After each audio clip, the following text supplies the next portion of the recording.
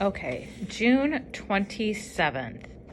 It's a beautiful 80 degrees today here at Andersen Air Force Base, Dad informed me, just like he did practically every time we spoke on the phone. Of course, it's always about 80 degrees in Guam. That's his idea of hilarious. 3 years ago, the local Air Force base closed. Grandpa Berghoff took early retirement and Dad was transferred to South Korea before Guam.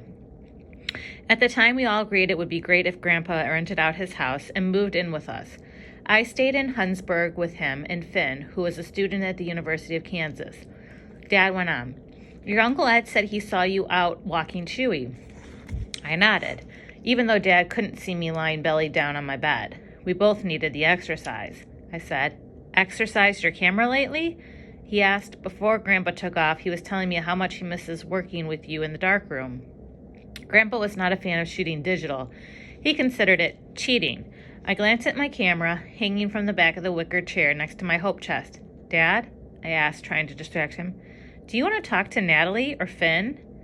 The line fell quiet a moment, and Dad replied, "What do you really think of that girl? That Natalie?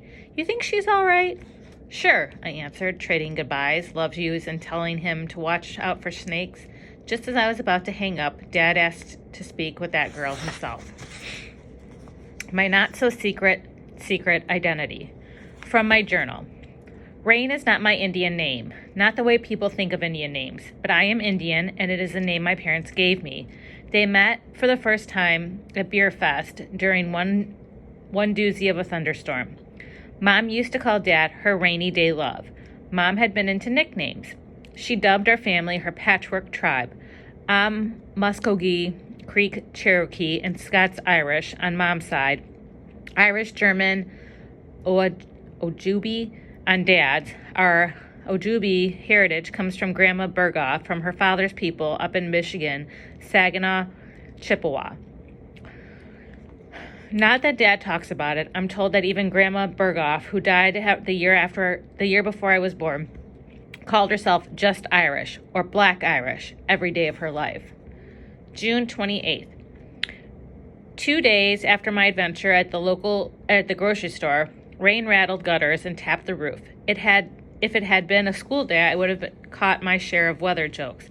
I kept busy dusting every room in the house and was finishing up with Dad and Mom's.